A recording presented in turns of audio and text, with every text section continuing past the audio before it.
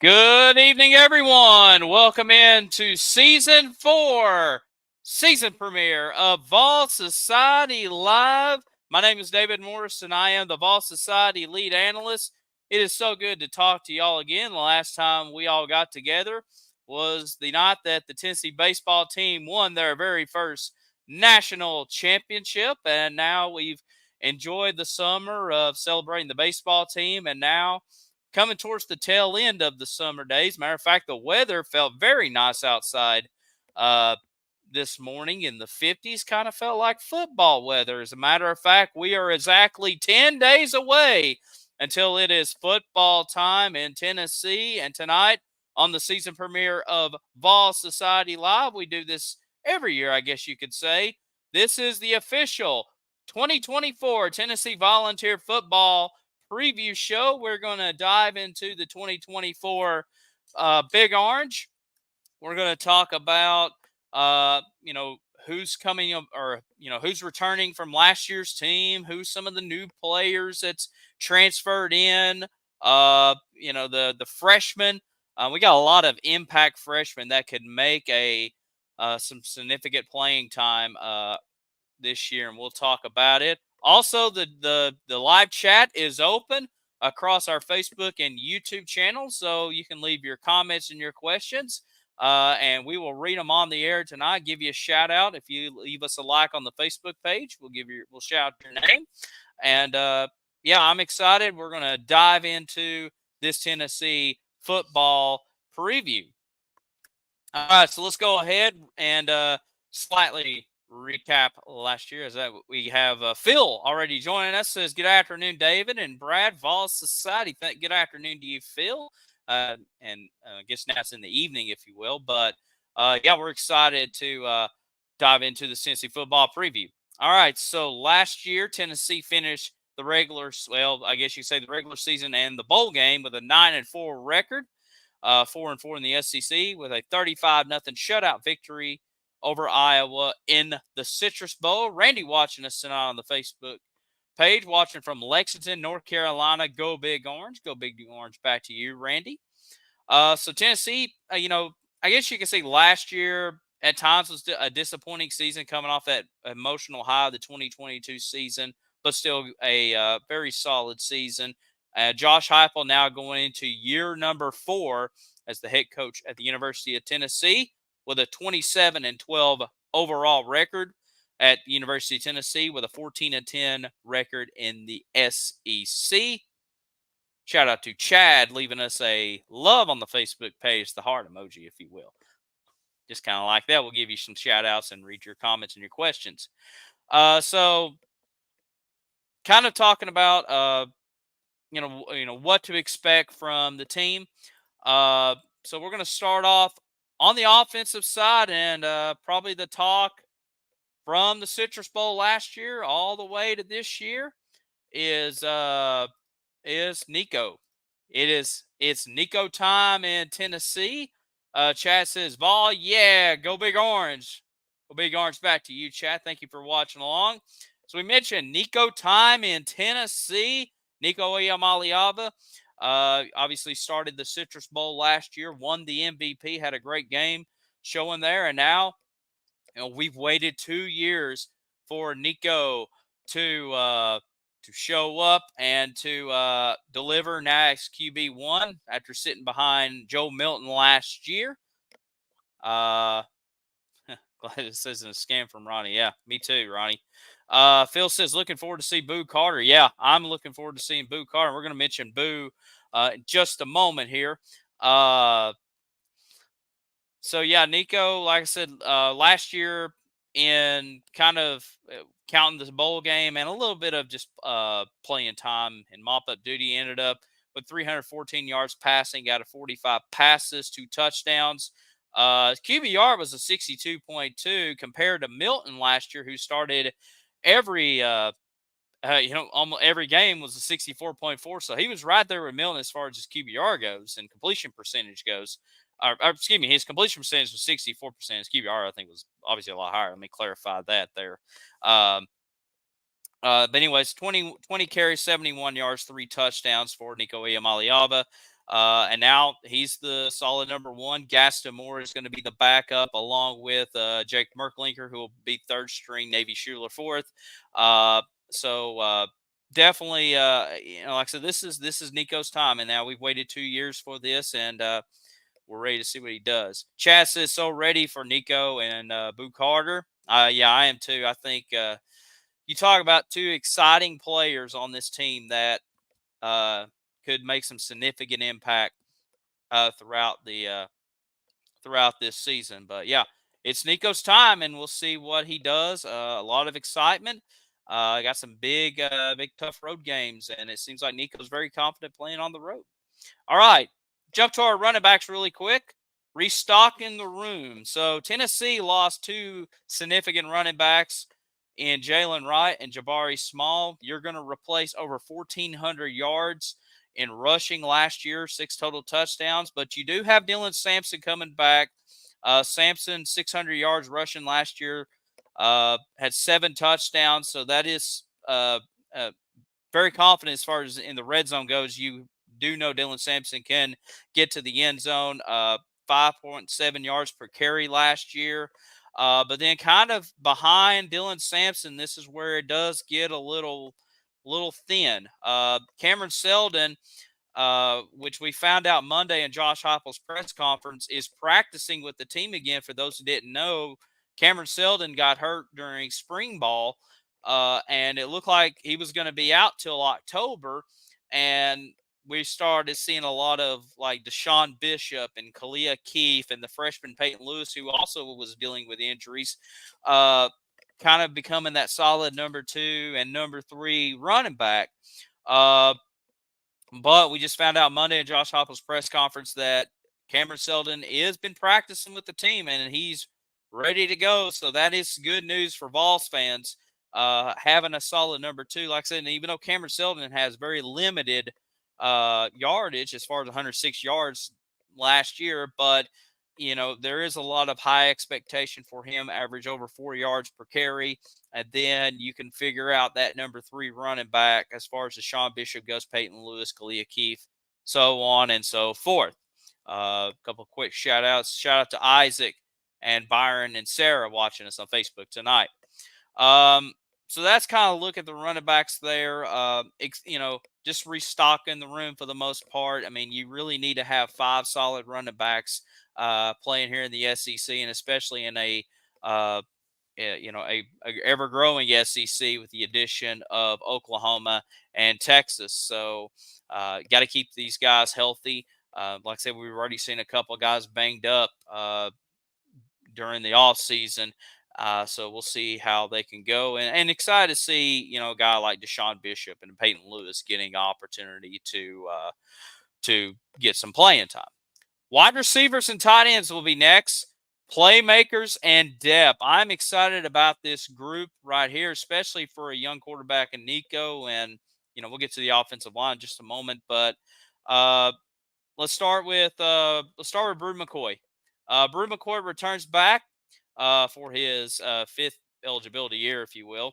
Last year in the South Carolina game, Ball Society crew was there for that game last year. We saw, unfortunately, Bru McCoy injured his right ankle, fractured his right ankle in that game. And, that took a lot of wind out of the sails as far as that wide receiver room goes. Now, we did have some guys did step up and carried us throughout the rest of the year.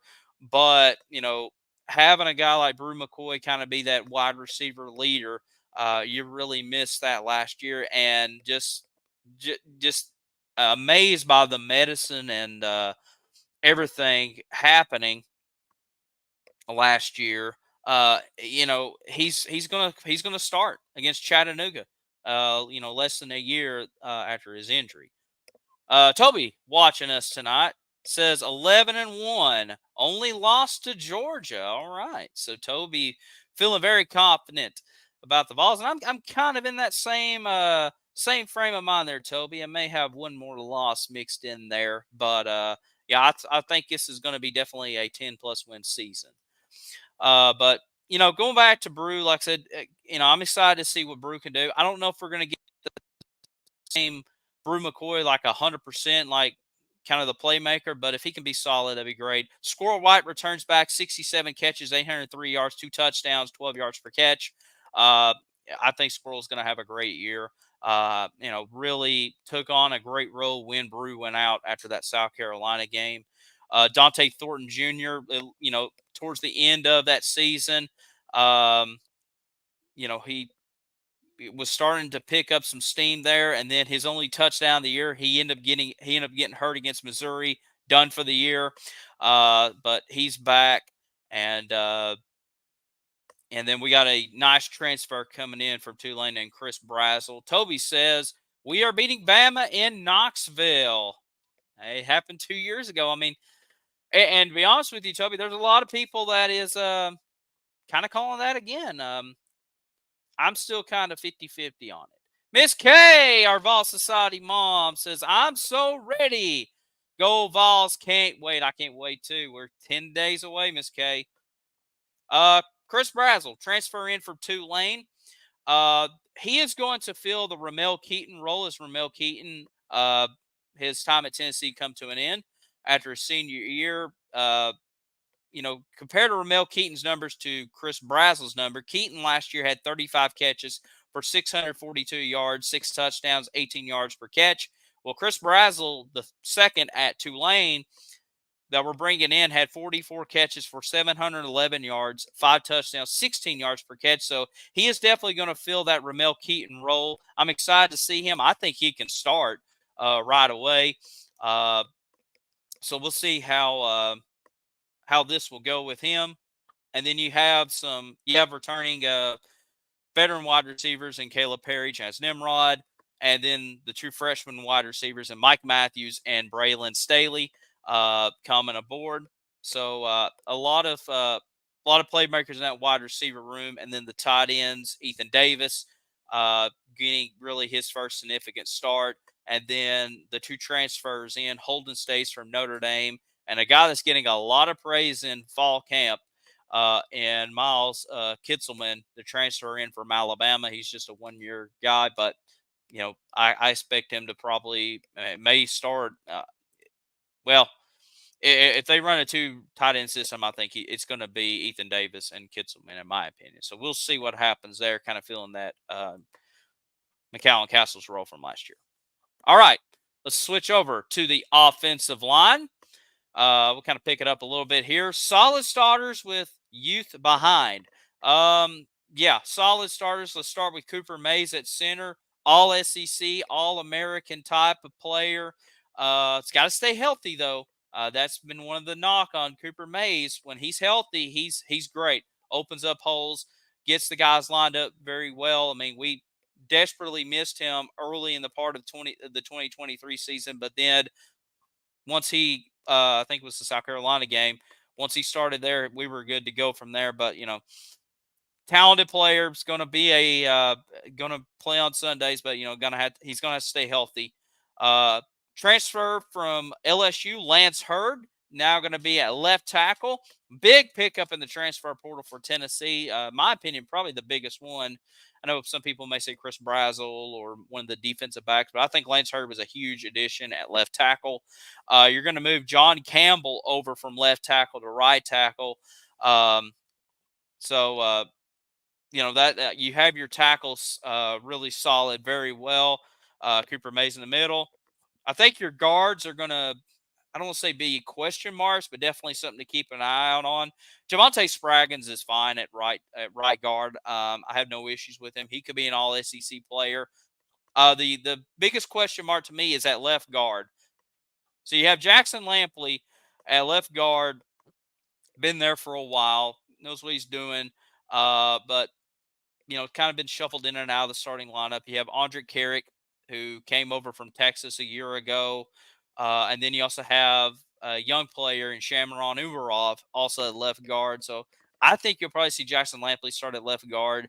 But, they're going to have to kind of really get that left guard position down pat after NC State because, you do have another, I don't know, maybe after Kent State, you're going to have to figure it out because once you go to Oklahoma, you're going to have that offensive line really clicking. And then some of the backups that you'll see, Dan Davis, Another guy needs to stay healthy. Larry Johnson, third, Bozing Lane, Brian Grant, and those guys. So, yeah, solid starters, but just very young back behind them. And, with injuries, especially in the front five, this is where I kind of get just a smidge concerned with the offense. Is you got a lot of young guys, you got some talented guys, but kind of throwing them in there into the fire. All right, we've talked about the offense. Let's talk about the defense. The defensive line, the best in the nation. Let's start with All-American and possible number 1 overall draft pick, James Pierce Jr., number 27 on your programs and in your hearts. 10 sacks last year, 28 tackles. Just blew up out of nowhere. He was one of the top players all last year, according to Pro Football Focus, and this guy's in college. And he's still got another year in college. The pro scouts love this guy. UT fans love this guy. I'm excited to see what James Pierce Jr. can do. And just this defensive line, the best in the nation. Amari Thomas, Big O, Brian Easton, Dominic Bailey, Omar Norman Lott. He had 5.5 sacks last year. Joshua Josephs, who is Pierce's backup, he ended up having 3 sacks himself last year. David Hobbs, Elijah Simmons, Caleb Herring, Tyree West, transfer in from Stanford, and Jackson Moy. Yeah, I am very excited what this defensive line can do. Toby said Georgia is the team to beat, though. Yes, I totally agree on that. They're gonna be tough. We'll get into the dogs in a moment, but yeah, I'm excited to see what this team can do, especially when we go to Norman, Oklahoma, coming up in September, and we'll get into that game in a little bit in just a minute. All right, switch over to linebackers. Young Vols looking for an impact. So we got Keenan Peely leading. I guess you can say the returning linebacker, although he only playing like one game last year and was done for the year. But veteran linebacker, came from BYU, played obviously second year with Tennessee. He's going to be that leader. Arian Carter, after Peely's injury, kind of got thrown into the shuffle along with like Jack Janzik and just kind of and Jeremiah T. Lander. Just it's kind of got thrown. It was very awkward at times. Aaron Carter made some freshman mistakes, but I think he really figured it out towards the end of the year, and I think he'll be fine. I think Peely and Carter I'm good with. Jeremiah T. Lander has really done a great job in fall camp, getting a lot of praise from new linebackers coach William Ignog, and it wouldn't shock me if T. Lander takes over maybe Aaron Carter's spot. And no offense to Aaron Carter, but I just think he's really done a great job. Phil talking about what about the guy transfer from Notre Dame? Talking about Holden States, the tight end. From what I gather, I think he'll be okay. I just think with Miles Kitselman just really kind of surprising the coaches. I think he's just kind of leapfrogged over Holden States, but I think Holden will be fine. I think he can be kind of a similar player like a Jacob Warren last year. Do good on some blocks and then can get open from time to time. But it seems like this coaching staff really loves Ethan Davis and Kitselman. But, I think States can be okay. He kind of reminds me of Jacob Warren from last year. We mentioned the linebackers T. Lander and Perry. I think this group can be all right, but I think there can be they can definitely take a step up. All right, so the biggest question for me as we wrap up the positions, I forgot to mention special teams, and I forgot to make a banner for this, but special teams are fine. You're going to have Josh Turbyville at kicker and Jackson Ross at punter, so no problems there. Special teams will be interesting, especially if we get Boo Carter. So speaking of Boo Carter, defensive backs. So the cornerbacks, I think they're going to be fine. Ricky Gibson and Jeremiah McCoy, transfer from Oregon State. Those are going to be your starting corners. I think they're going to be fine from where they're at. The safeties is where I think the biggest question mark is, and this is where I know we've had a couple of comments about Boo Carter. This is where I think Boo Carter could start. So our star position was going to be started this year by Jordan Thomas. Unfortunately, Jordan Thomas has a season-ending injury during fall camp, done for the year, and now that star position, which is a very key part in that secondary, is now opened up, and there's been a battle between veteran player Will Brooks, junior Christian Harrison, the son of Rodney Harrison, Super Bowl champion, and freshman Boo Carter. And a lot of reports coming out that Boo Carter is in serious contention to start at the star position at Tennessee opening day. Now, kind of knowing how Josh Heupel and this coaching staff has, you know, looked at and evaluated starters at the beginning, they usually at the beginning of the season will go with the veteran player to start the game. But that doesn't mean Boo's just going to ride the bench, throughout the whole game. He will get some playing time against Chattanooga and throughout the whole season. I think eventually Boo Carter will be your starting nickelback star position player. But I expect to see like Will Brooks or Christian Harrison to start against Chattanooga and probably against NC State. But you'll definitely see Boo Carter, number 23, come out there. And last year, matter of fact, it pulled up on my Facebook memories the other day. I got to see Boo Carter, or saw Boo Carter, past tense, David. Saw Boo Carter last year when he was a senior at Bradley Central High School, and they played McMinn County High School, and just made an immediate impact on the field. Was just blown away. And when you're evaluating like a high recruit against high school talent, sometimes they are definitely going to stand out amongst everyone else just because of the level of talent and experience. But it was intrigued by the way he read the plays, really was just so quick off the line, and then his playmaking ability. So, I think Boo Carter is going to make an immediate impact. Definitely going to be the most focal point freshman on this defensive side in the secondary. So we'll see what happens there. But I think Boo Carter will be eventually a starter. Then some of the others, Andre Turrentine had a good game in the Citrus Bowl, had an interception in the end zone against Iowa. He'll be that other starting safety. And then maybe like a Jacoby Thomas, a transfer from Middle Tennessee, will probably get another starting spot.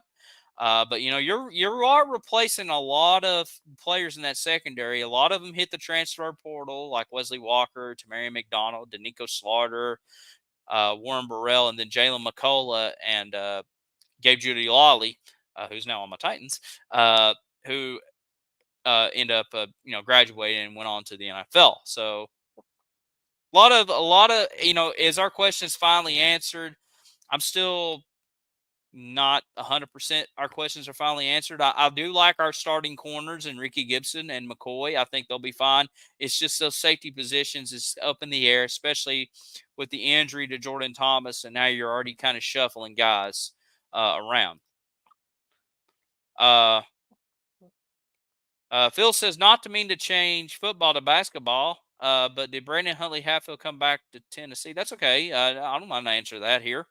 I haven't heard if he was coming back. I know there was some talks. He was trying to get back on the team, but like nothing official has came out about it. The only like little updates I've heard from UT basketball was they went to one of the water parks up in, I think it was the Smoky Mountains. I guess it was Smoky Mountain Water Park, and you had the team out there enjoying. But I didn't see like Brandon Huntley Hatfield in like any of their videos or anything mentioned. But I know Louisville just had a head coaching change, and that's where he went. And so, but at this point, it'd be kind of hard for him to kind of come back on the team. Kind of, even though the season's still a little bit of ways, but kind of this late right now in the transfer portal. And as a matter of fact, I think the transfer portal right now is closed for the summer until like September, October ish. So, but that's okay. But thank you for that question, Phil. That's kind of about what I know at this point. All right, so that's kind of an overview of this Tennessee football team. A lot of talent. a lot of high expectations.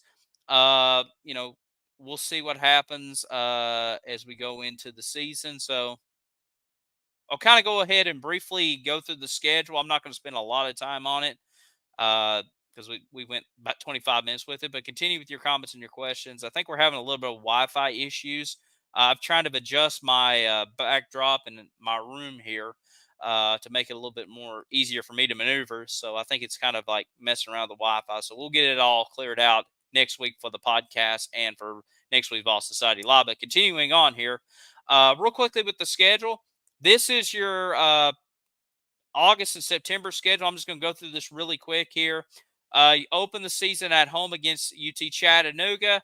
I think this is a solid tune-up game for NC State. Tennessee should take care of business. Although UTC, a top 10 FCS team, they got a lot of transfers, kind of like everybody else, but some players that's come from big-time schools that's now on this Chattanooga team. I think Tennessee will probably shut out the Mocs and move on to NC State. September 7th, North Carolina State, the Ball Society crew will be in Charlotte for that game. This is going to be an intriguing week 2 matchup. You're going to have NC State, who's been kind of a solid ACC team the last 2-3 years, a few years, I guess you could say, with Dave Doring. They got a transfer quarterback from Coastal Carolina named Grayson McCall, who set all sorts of school records down there. And, this is going to be very interesting to see him go up against this Tennessee front line. And by the way, if we throughout the whole summer, we kind of previewed all these opponents. So if you want to go back in the archives a little bit more detail about these teams, although it was like 2 months ago, they are available on the Ball Society Facebook page and YouTube page for if you want more in depth on any of these teams. But NC State on September 7th. The following week, you take on Kent State. This should be a solid, easy win and a tune-up for Oklahoma. September 21st, Oklahoma in Norman. Oklahoma, one of the 2 new SEC teams, along with Texas. We do not play the Longhorns this year, and also we do not play Missouri and South Carolina. There's no more division plays anymore in the SEC. It's just 1 through 16. So those, every year we played Missouri and South Carolina, we don't play them at least for the next 2 years. So just kind of give you a heads up on that. But Oklahoma and Norman, a lot of storylines in this game. Josh Heupel's returned back to Norman after the last time he was there. He was the offensive coordinator and was dismissed from there and made the journey to Missouri and Central Florida and then to us. So this is the first time he's returning back to Norman. Also, you're going to have 2 young quarterbacks. Not only this is going to be Nico's first true road game. Keep in mind the NC State game is a neutral site game, but his first true road game. Plus, you're going to have the young quarterback for Oklahoma, Jackson Arnold, who's kind of been, I guess you can say, their Nico or the most anticipated quarterback for them in a while, even though they had Dylan Gabriel last year. This is going to be kind of 2 young quarterbacks duking it out in a big-time college football game. Oklahoma's got a brand-new offensive line that they're trying to break in for their young quarterback. Tennessee will already kind of been battle-tested with NC State. Oklahoma's first 3 games is Temple, Houston, and Tulane. Although Tulane has been a solid team the last couple of years, they've had a head coaching change. As a matter of fact, I think the Tulane coach ended up going to Houston, if I'm not mistaken. So, and Houston made the jump to the Big 12 and still trying to adjust that. So, yeah, I don't think I think this is going to be. This could be in my opinion, this could be a statement win for Tennessee. As a matter of fact, I'll go ahead and tell you, I think Tennessee's going 4-0 in the month of September. I think they will get the win at Oklahoma, and we'll dive more into this in the podcast in the game week. But Josh Heupel is not going to admit this to the public, but I think Josh Heupel is really taking this Oklahoma game in his back of his mind very personally, like he wants to get this win so bad at his alma mater. And usually Tennessee always has that solid win every year since Coach Heupel has been there. All right, let's jump into the month of October. 3 games in the month of October. By the way, Tennessee has 2 bye weeks this year. Matter of fact, everybody has 2 bye weeks this year due to, I think, leap year or whatever. Anyways, October 5th at Arkansas. Arkansas, we talked about this in the opponent preview video back in the summer. Bobby Petrino returns back to Arkansas as their offensive coordinator. Sam Pittman's still the head coach. They got a Boise State transfer quarterback in Taylon Green, but they've lost a lot of guys to the transfer portal, but they picked up some. I think Tennessee will get a solid win there. October 12th, Checker Neyland just announced this week the Florida Gators. Tennessee won at home 2 years ago. Last year, lost at the Swamp. So now you come back. This is a big time year for Florida, who has arguably the toughest college football schedule in history, where they're playing pretty much everybody in the state of Florida, and along with this revamped SEC. Graham Mertz returns back at quarterback for Florida. They have a solid running back in Montreal Johnson, Eugene Wilson, and wide receiver. So this is a talented Florida team, but a Florida team that's you want to get right now. And it's so weird playing Florida in the month of October. I couldn't tell you the last time that's happened. Besides, a national crisis where we had to move the game to December. But it's going to be very interesting to see how Florida is by this point, and even how Tennessee is. Should be a solid game, but it's going to be a tough game. And then the following week against Alabama, I know Toby says we're going to beat Alabama at home. I appreciate Toby commenting on it. I want to say they're going to win, but I think Bama's going to get the win. Obviously, Nick Saban's not there anymore. Kalo DeBoer, the new head coach at Alabama. Jalen Milroe back at quarterback, and he was the quarterback last year. And then their running backs, a lot of guys came over from Washington, and some of the Nick Saban staff still there. But guys like the running backs like Jam Miller, I forgot who the other ones are off the top of my head. And I ended up playing college football 25 to learn these guys' names. Anyways, point is, this is still a solid Alabama team. I just think, I think Bama's, even though they got the revenge factor from last year, but I think Kalo DeBoer will probably come into Neyland and end up picking up a solid win there. I just think it's just, and by this point, this is kind of where depth does come to an issue with the Vols. We'll see what happens there. Not wishing any injuries on our team, but I just think this is where maybe our lack of depth does hurt us in an advantage like this. But you never know. I mean, it's crazier things have happened. We could see a win here. Let's see here. Oh, hello to my grandparents watching along tonight. What did I hit there? Okay, I figured out what I did. All right, so I think Tennessee will go 3-1 in the month of October, and now we go into November. We'll speed this up a little bit here. November 2nd, home against Kentucky. This has been scheduled a night game. Dark mode returning. We'll see. But anyways, Kentucky at home on November the 2nd. Mark Stoops, it looked like at one time was going to Texas A&M, but fans didn't want that. So now he's back in Lexington. They have a transfer quarterback from Georgia and Brock Vandengarter at QB. I think Tennessee takes care of business and pulls out another win at home against Kentucky.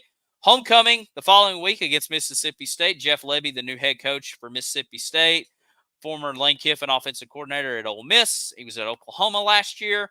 Trying to bring it up tempo offense to the liking the late Mike Leach had.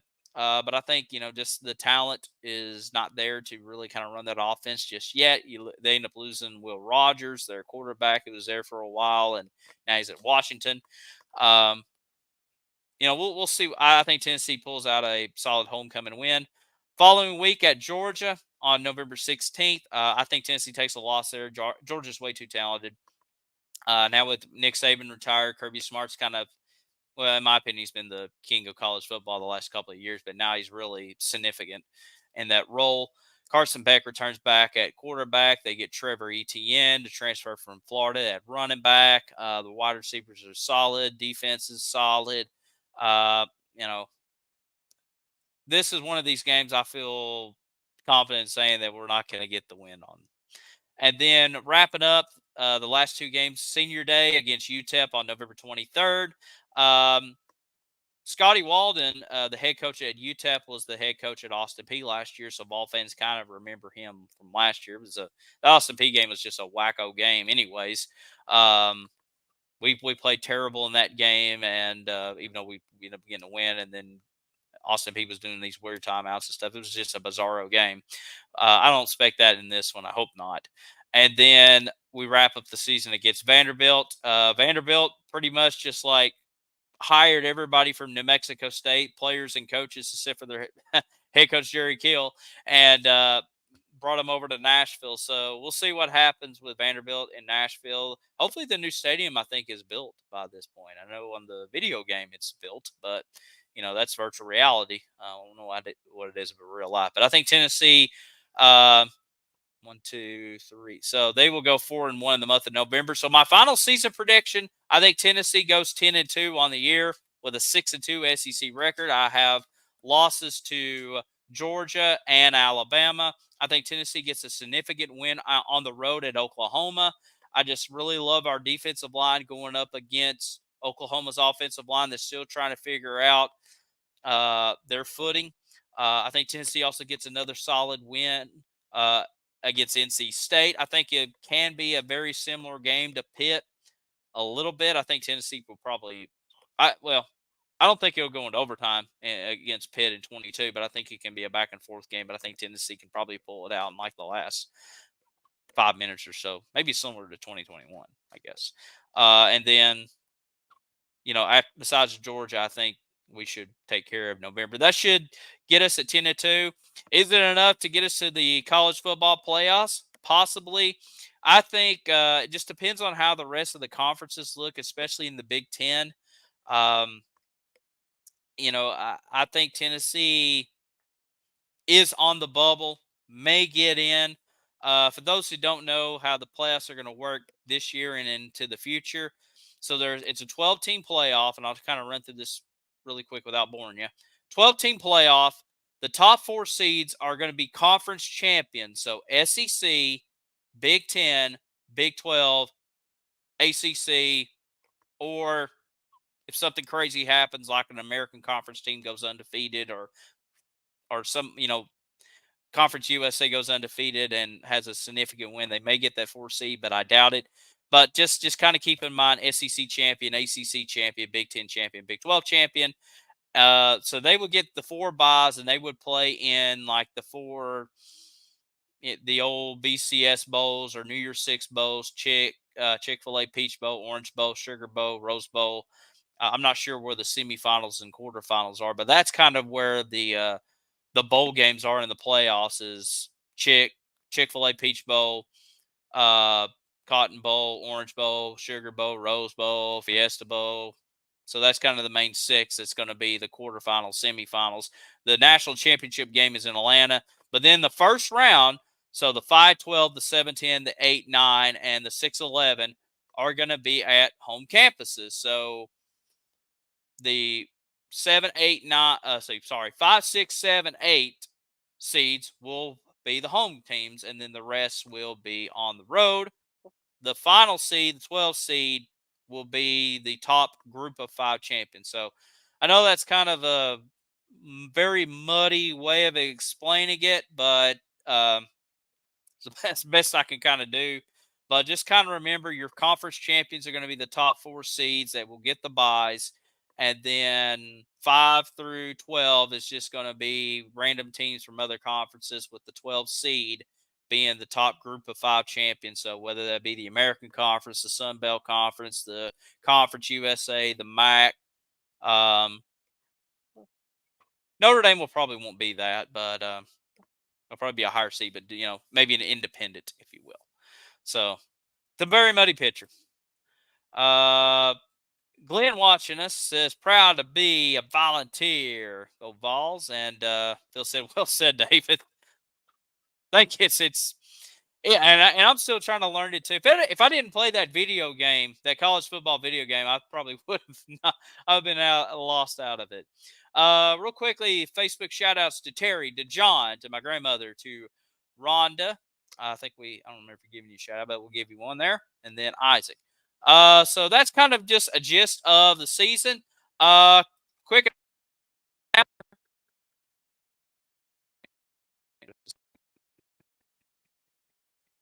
There we go. Was it for just a minute?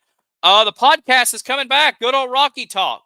The founder Brad, myself, and David Dees will be back for season 3 of Good Old Rocky Talk. That should drop, I believe, it should drop sometime next Tuesday, as we will do kind of a season preview and a very minor preview of Chattanooga. But the podcast is coming back. I'm excited about that. Vol Society Live will also be back. We're going to be on Tuesday nights again. We just did it for Wednesday night for just tonight due to some little bit of scheduling conflicts.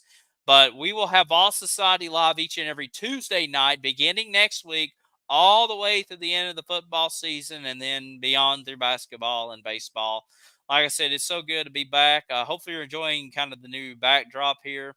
Hopefully don't mess up the Wi-Fi too much, and yeah, just thank you for being a part of Vol Society. Don't forget our social media pages, facebook.com/UT Vol Society, youtube.com/Vol Society, and on X at Society Vol. And there's the Vol Society store there. If you want to get some merchandise and help us out, that'd be really cool. So we'll go ahead and wrap it up. Appreciate each and every one of you tuning in. Shout out to my mom leaving a like on the Facebook page. Like I said, it's game week coming up. I'm excited. Next Monday afternoon, we will have Josh Heupel's press conference on our Facebook page. We will share that video from the University of Tennessee. Thank you, Phil. Have a great rest of your day too. Yeah, Josh Heupel's press conference next Monday, previewing the Chattanooga game. The podcast and Vol Society Live will be dropping on Tuesdays. And then the return of Tailgate Thursday with myself, as we're going to preview in a very compact form some of the biggest games of the week, not only for the Vols, we'll do a mini preview with that, but games in the SEC and across the nation. That's all coming up. All of our football programs are back. I'm excited about it. Thank you for being a part of Vol Society. And until next time, we will see you next Tuesday night right back here for Vol Society Live. Have a great night, everybody, and go Vols.